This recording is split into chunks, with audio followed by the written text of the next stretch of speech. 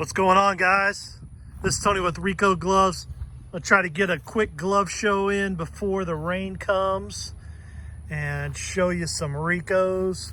I got a catcher's mitt, a couple catcher's mitts out here. A little variety. Hope you guys are doing good. I'm feeling some sprinkles right now. Hopefully we can get this in. Let me start right here. This is a Prime series with a little snake on it. It's 11.5 Prime.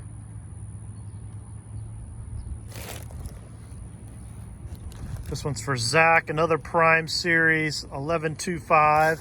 So we have 3 series, guys. We have Ultra series.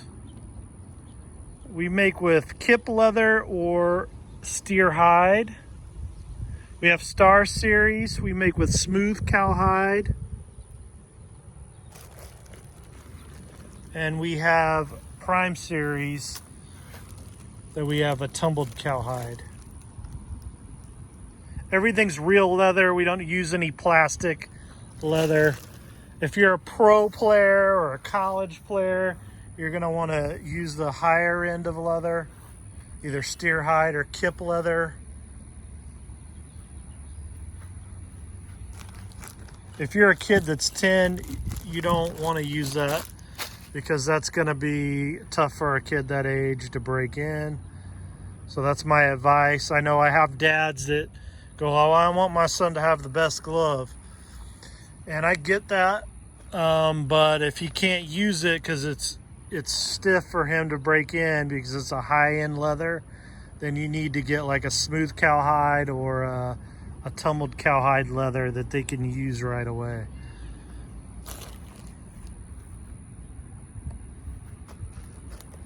This one's for Super Dave. Now on our gloves, if you choose the Python on the outside, it's gonna be a high-end kip leather. So even if you get the Prime series, the backside, if you choose a Python, you're gonna get the high-end leather.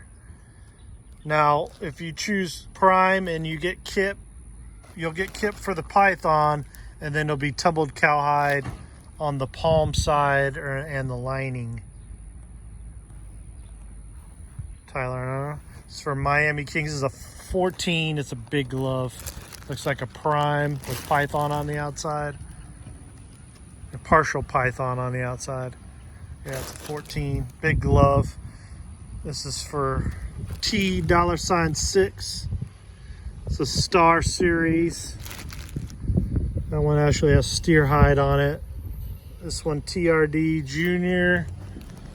It's a steer hide leather, 13-inch Star series. It's a Rider 8. It's a Prime. Smooth cowhide leather.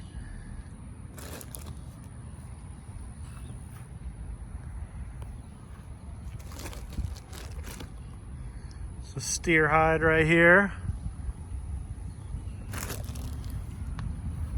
It's for Law Dog.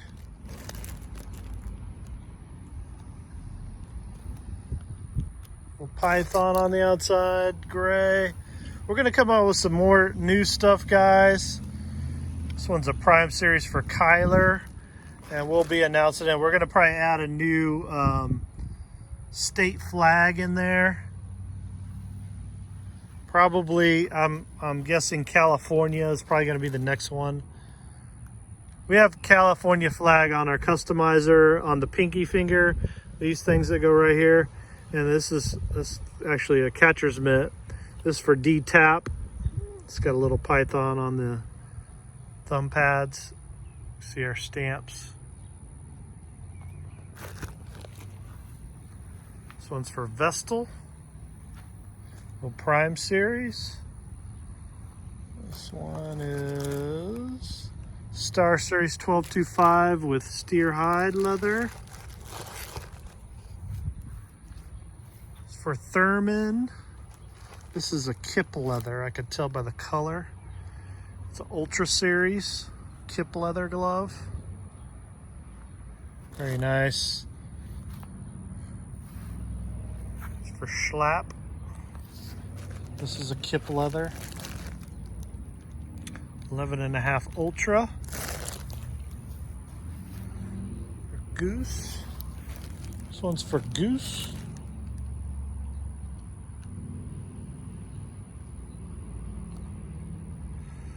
I want to talk about sizing real quick, guys. We've gone through most of the gloves. This one's a steer hide leather, and then it's got a little Kip for the python. It's 11.75. Sizing, if you're a youth player, if you're 9 or 10, you don't want to go with bigger than you don't want to get a 12 or 12 and a quarter or 12 and a half. If you're 9 or 10, you want to be in, if you're an infielder, you need to be in 11.5, 11.25 range at 9 or 10. You don't want to go above 12 inches. I know some parents believe that bigger is better, and they have a bigger glove, they're going to catch it better, but that's not necessarily the case. With infielders, they use, even professional players use a small length infield glove.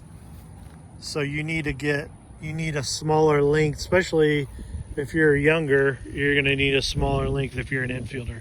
If you're an outfielder and you're 9 or 10, you don't need a bigger than 12-inch glove, because you have a smaller hand, and they just need to be able to control the glove to make the catch at 9 or 10. So you should still be in 11.5, 11.75 range, even if your kid plays outfield at that age. So that's our recommendation on that. That's why on the customizer, we don't allow a youth glove over 12 inches, because sometimes people will go get a 12.75 youth, and that just doesn't make any sense. All right, guys, if you guys have any questions for me, I'd be happy to answer them about sizing, about leather, high-end leather. Let's talk real quick about high-end leather. Kip leather is a high-end leather. Steer hide is a higher-end leather. The difference is Kip leather is a little bit lighter weight. It's a strong leather. Steer hide is a little bit heavier, and it's probably the most durable of the two. Between steer hide versus Kip, steer hide's probably a little more durable. Kip is lighter.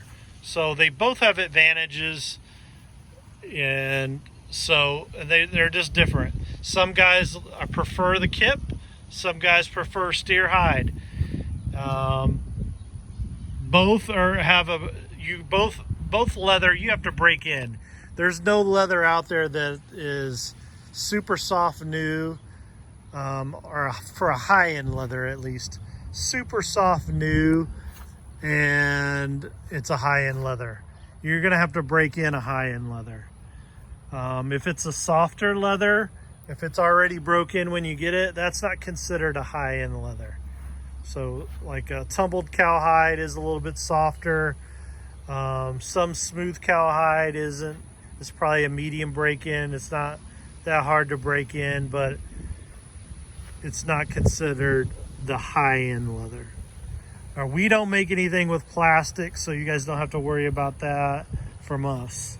But if you guys have any questions about leather, or what somebody's calling a certain leather from another company, we can clarify that for you, and explain it to you.